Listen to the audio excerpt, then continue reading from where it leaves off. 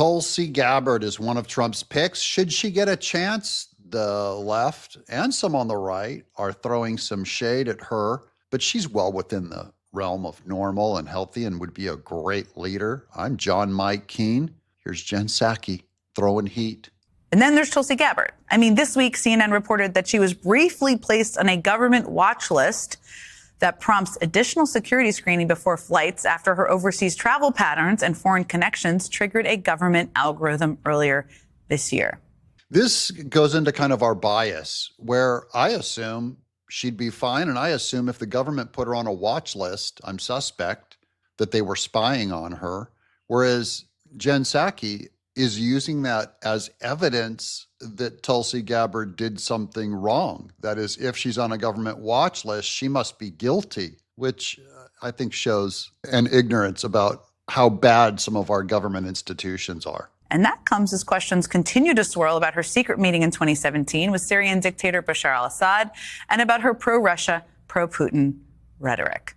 Now, I've heard this criticism from people even on the right. Here's Reince Priebus on ABC this week saying, give her a chance. You wouldn't rise to a rank of an 05 lieutenant colonel if our intelligence agencies thought that somehow she was some kind of Russian asset, which if people are going to level those charges, they better be darn sure that they're accurate. And I'd level those charges against many people, that some people are a Russian asset or a Ukrainian asset, but you have to prove it's true before you can remove Tulsi Gabbard from an appointment based on just a rumor. Nikki Haley didn't say that. She said that it was simple. But it's all insinuated, okay? It's this cutesy, hyperbolic nonsense coming out of the media and the Democrats who refuse to accept the fact that almost a majority of Americans have accepted Donald Trump and Trumpism. I think it's time to give this guy a month of peace and let the process play out. Let the process pay out. I don't get the peace thing, but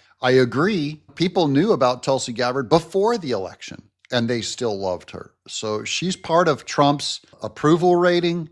And then here's Jen Psaki. And now, surprise, surprise, Republican senators want access to her FBI file to see if there's more unknown information about her, including possible other foreign contacts. Again, the person I just described is Donald Trump's pick for the Director of National Intelligence of the United States of America. Now, trust me. Well, the Director of National Intelligence has some sordid people in there now. Here's Joe Biden's current one. The seventh and current DNI is Avril Haines, who took office in 2021, the first woman to hold the office. She was nominated by Joe Biden in 2020 and confirmed by the Senate on January 20th.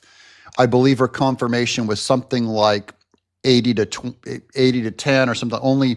Only 10 Republicans did not pass her. So how there could be more passing her when we find out she owned a bookstore at the time. Adrian's hosted a number of literary readings, including erotica readings, which became a media focus when she was appointed by Barack Obama to be deputy director of the CIA. She was not only the deputy director, but she was nailed for targeted drone killings. During her years in the Obama administration, Haines worked closely with John Brennan, villain, in determining administration policy on extrajudicial, quote, targeted killings, unquote, by drones, something we would call an act of war. Newsweek reported Haines was sometimes called in the middle of the night to evaluate whether a suspected terrorist could be, quote, lawfully incinerated, unquote, by a drone strike. If she can get past, no one has a right to vote down Tulsi Gabbard. I'm John Mike Keene.